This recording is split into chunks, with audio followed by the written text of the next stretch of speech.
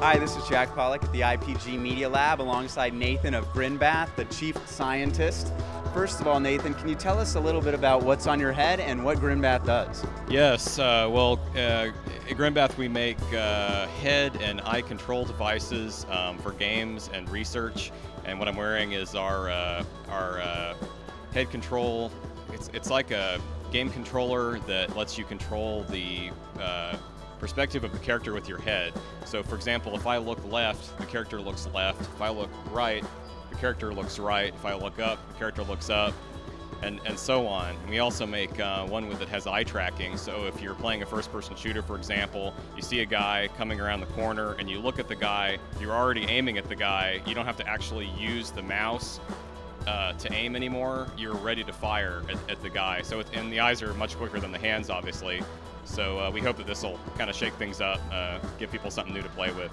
Yeah, it's awesome. We actually just saw a really compelling demo right here at the lobby of the Hilton. And also interesting is the research component, right? Right. You know, with Right. IPG Lab, we're really in the attention business, and what the results that you're able to produce really show exactly where people are looking, where they're paying attention, kind of in real time. What differentiates you guys from a lot of the other eye tracking companies out there? Yeah, well, there are a couple ones like this out there. They're very expensive, and they are kind of, you know, the technology's a little old in that we live in an always-on world now. We're always connected, wireless networking, all this stuff. Our phones, you know, we're browsing the web through our phones, and it'd be nice if someone wearing these eye tracking glasses, we could see what they are seeing and where they're looking live as they're seeing it, instead of having to sort of do like a VHS recording and then take the tape out and put it in the computer and then download it later.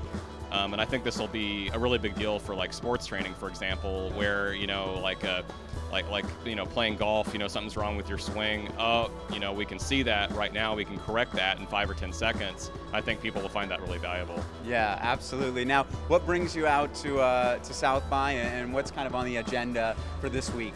Yeah, well, we're fortunate enough to be part of the Accelerator competition. We're actually doing the first round of that on Monday.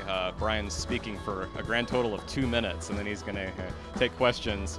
We were selected for that. We're also here to talk to game publishers, just basically show our demo and say, hey, you know, here's this new possibility. What can you guys come up with to do with this? Because we just make the tools, we don't actually make the games. So Awesome, great stuff. All right, well, thank you, Nathan. thank you very much. For more news like this, check back at ipglab.com.